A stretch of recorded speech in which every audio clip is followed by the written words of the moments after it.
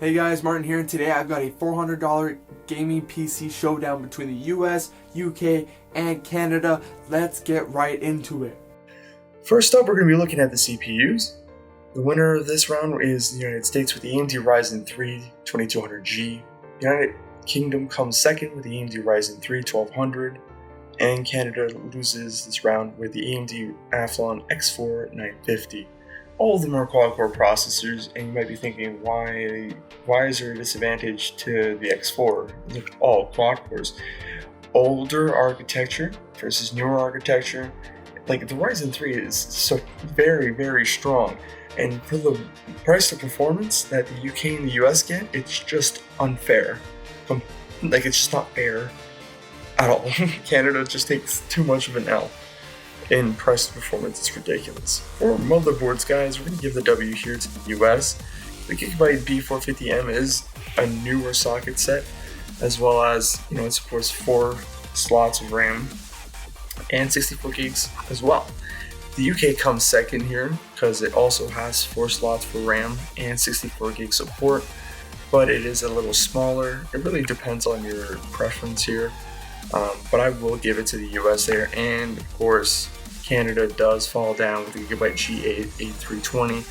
It only has 2 slots, boys and girls, and 32 gigs support. So, yeah, older socket set and only 2 RAM slots. Not really great for upgradability. For RAM, guys, we got a tie here between the United States and the UK. DDR4, 3000 MHz RAM, Alloy and Corsair. You gotta decide. I give it to Corsair in the United Kingdom here just because I know the name, it's reputable, right? Whilst Alloy is a weird one there.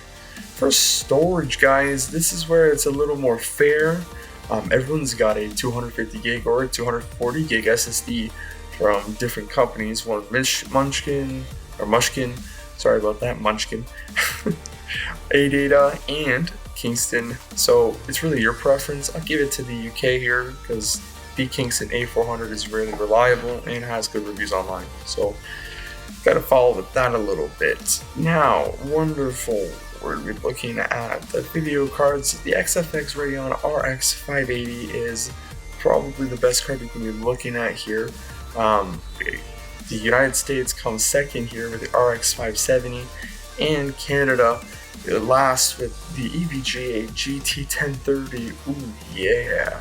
It has GDDR5 memory, so you're set on life. But yeah, of course, the UK does come off big here with the 1080p, 1440p gaming, ultra to high, 60 plus FPS. You're gonna have a good gaming experience with this graphics card. The 570 is good, but you're stuck mostly at 1080p and maybe high to ultra. But if you're playing newer games and more demanding games, you're gonna have to drop it down to medium. 4 gigs isn't really that much. Anyways, for the case, guys, whip out your glasses because these guys are stunning.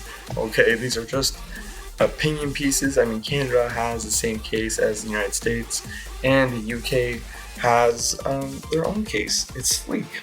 Of course, Canada copies the States. That's just regular. And guys, ladies and gentlemen, for the moment we've all been waiting for, the winner for the power supply competition is Canada with a deep-cool 500 watt 80 plus bronze certified ATX power supply. Oh my god, 500 watts being the highest.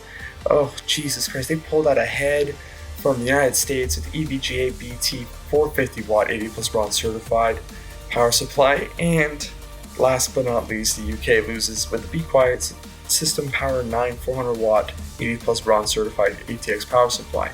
I wouldn't really recommend 400 here. I would recommend 500 or 450 at minimum because Ryzen does take a lot, and mainly AMD CPUs do take a lot of horsepower and wattage. So thank you guys for watching. Leave a like and subscribe, and see you guys in the next one. Peace.